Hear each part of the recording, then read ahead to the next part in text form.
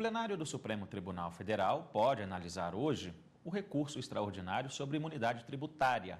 O município paranaense contesta a decisão que considerou aplicável a imunidade recíproca a impostos de um imóvel transferido para a União.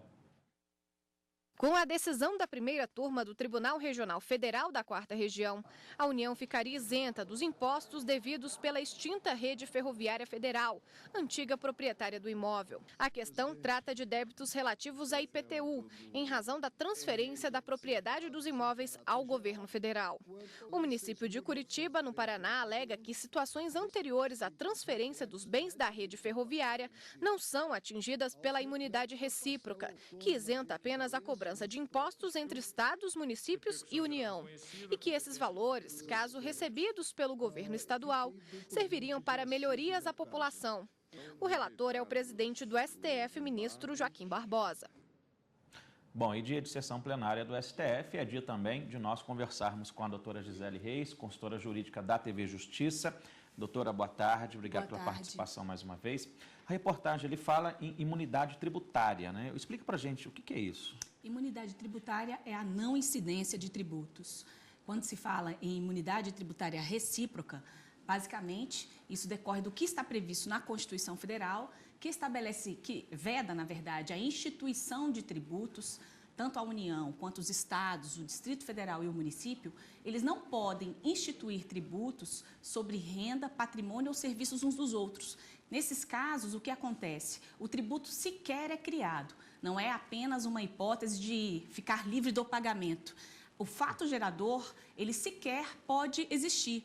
Então, nessas situações, o ente tributante, que as competências tributárias também estão na Constituição Federal, mas nestes casos, há uma vedação também da Constituição de criação do tributo, de instituição do tributo. Não pode haver sequer uma lei que defina determinado fato gerador quando se está diante de impostos referentes à renda, patrimônio e serviços desses entes que eu acabei de mencionar. Doutora, esse caso diz respeito ao município de Curitiba, né, capital do Paraná, que é a favor da tributação. Então, como fica a questão da impossibilidade de a União ser tributada também? Essa é a grande questão deste recurso extraordinário, Fred. O que acontece? O município argumenta que, nesses casos, o fato gerador desse tributo, ele foi anterior à sucessão da União. Então, quando a União sucedeu à Rede Ferroviária Federal, já existiam débitos que foram lançados anteriormente a essa sucessão. Então, de acordo com o município, esse lançamento foi válido e esse débito existe e, portanto, deve ser pago agora por quem sucedeu. O município de Curitiba argumenta que não pode um ente, ainda que ele suceda um sujeito passivo, ele não pode, simplesmente pelo fato de suceder e ter imunidade tributária, simplesmente apagar todos os registros de débitos tributários anteriormente existentes, porque eles são pretéritos. Doutora Gisele, o Supremo Tribunal Federal também pode decidir hoje se inicia uma ação penal contra o sistema, uma ação penal por crime contra o sistema financeiro envolvendo um deputado federal. A denúncia seria de que cooperativas teriam simulado dívidas para conseguir financiamento de mais de R$300 mil. O deputado investigado, que na época fazia parte da diretoria, alega falta de justa causa para instauração da ação penal, já que não houve denúncia por parte dos diretores do banco e que não há elementos que indiquem a participação dele no delito. Ele ainda afirma que a denúncia é equivocada porque o empréstimo foi feito dentro dos procedimentos legais. Os outros investigados, por não serem parlamentares, sustentam a incompetência do STF para julgá-los e pedem o desmembramento do feito, baseado no artigo 80 do Código de Processo Penal. Também alegam a inexistência do crime e a insubsistência da denúncia, que não teria nem a data do delito. Assim, o Supremo deve decidir se aceita ou não a denúncia.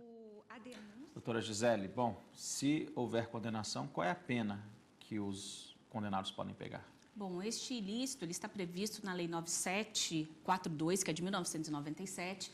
Ela trata dos crimes contra o sistema financeiro, foi conhecida como Lei do Colarinho Branco.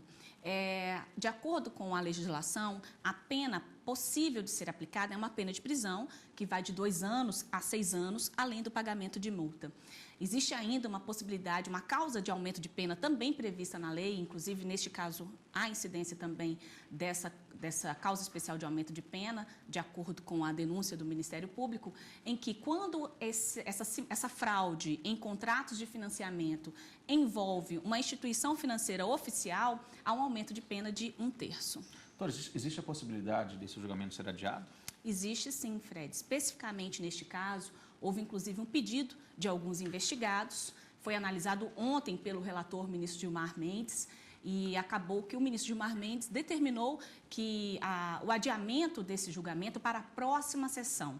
Então, provavelmente, este item da pauta, que este inquérito, ele ainda consta na pauta de julgamentos, mas ele não deve ser chamado a julgamento na sessão de hoje, devendo ficar, então, para a próxima semana, em razão desse despacho que foi proferido ontem pelo ministro Gilmar Mendes. Tá certo, doutora Gisele. Vamos